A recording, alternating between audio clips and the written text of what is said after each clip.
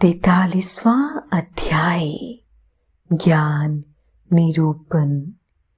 ऋषि बोले, हे महामुनि, सूची जिस ज्ञान के द्वारा शिव स्वरूप की प्राप्ति होती है, उस शिव ज्ञान के बारे में हमें बताकर कृतार्थ कीजिए।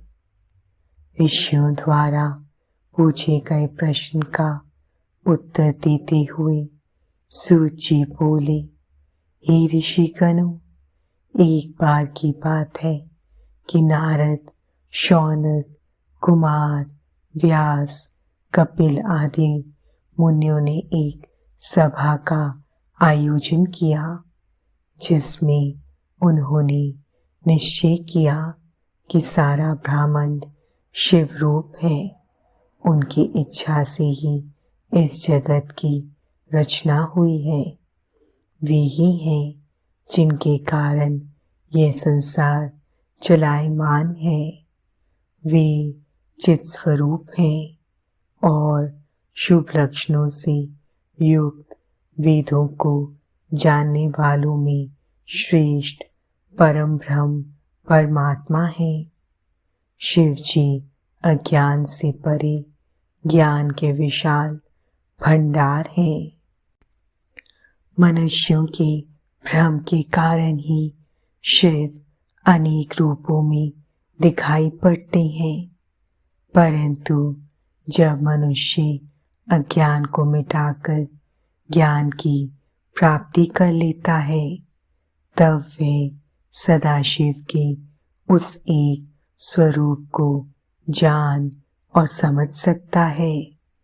जिस प्रकार इस ब्रह्मांड में सबको प्रकाशित करने वाला केवल एक सूर्य है, परंतु जल में उसके अनेक प्रतिबिंब दिखाई पड़ते हैं, इसी प्रकार शिव जी भी एक होते हुए भ्रम के कारण अनेक रूप दिखाई देते हैं। इस संसार में हर प्राणी अपने अहंकार और घमंड का फल भोगता है। भगवान शिव तो भक्त वत्सल हैं, वे सदा ही अहंकार रहित हैं। उनका विधि विधान एवं भक्ति भावना से किया गया पूजन पापों का नाश करने वाला तथा ज्ञान प्रदान करने वाला है। जब अज्ञान का नाश होता है, तभी ज्ञान का उदय होता है। ज्ञान के उदय से अहंकार का नाश हो जाता है। अहंकार के नष्ट होने से बुद्धि निर्मल होती है और मनुष्य भगवान शिव के स्वरूप को प्राप्त कर लेता है। वह जीवन मरण के बंधनों से मुक्त हो जाता है। वह मनुष्य अपने शरीर को त्याग कर शिव में विलीन हो जाता है।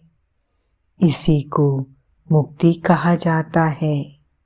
संसार में ज्ञानी मनुष्य वही है जिसे ना कोई खुशी होती है और ना ही कोई गम सताता है, जिसे अच्छे बुरे का कोई अंतर नहीं पड़ता।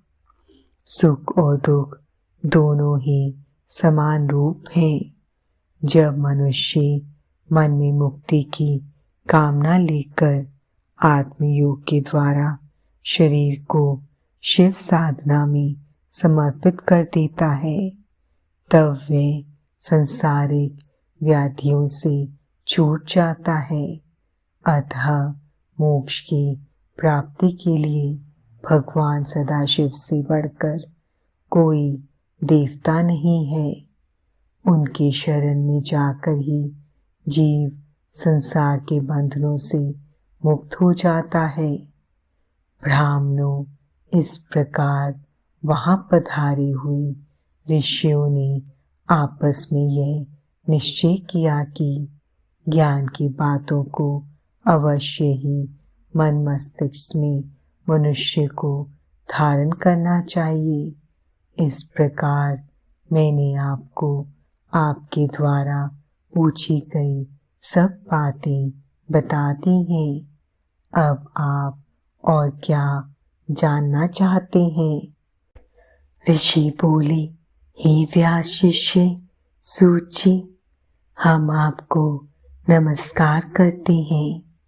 आप धन्य हैं और त्रिलोकीनाथ शिव के भक्तों में श्रेष्ठ हैं।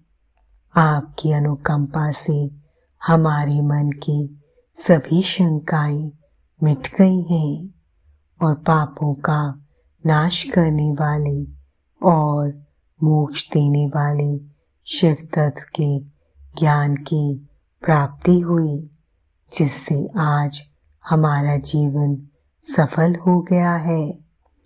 सूत जी बोले, हे द्विजों, जो मनुष्य श्रद्धाहीन, नास्तिक और भक्ति में रुचि नहीं रखता, उसे शिव तत्व ज्ञान का उपदेश नहीं देना चाहिए। इस शिव तत्व ज्ञान का उत्तम उपदेश मुझे व्यास जी ने दिया है। ये ज्ञान उन्हें वेदों, पुराणों, शास्त्रों और इतिहास के अध्ययन से प्राप्त हुआ है। इसे एक बार सुनने से पापों का नाश हो जाता है। दोबारा सुनने से उत्तम भक्ति प्राप्त होती है और तीसरी बार सुनने से मनुष्य को मोक्ष की प्राप्ति होती है। इसलिए भोग और मोक्ष की कामना करने वालों को शिव तत्व ज्ञान को बार बार सुनना चाहिए। यह शिव विज्ञान शिव जी को अत्यंत प्रिय है। ये ज्ञान भोग और मोक्ष प्रदान करने वाला है। इससे शिव जी में भक्ति बढ़ती है। शिव पुराण की इस आनंददायिनी पुण्यमयी चौथी संहिता का नाम कोटि रुद्र संहिता है। इसका भक्ति पूर्वक अध्ययन अथवा श्रवण करने से परम गति की प्राप्ति होती है।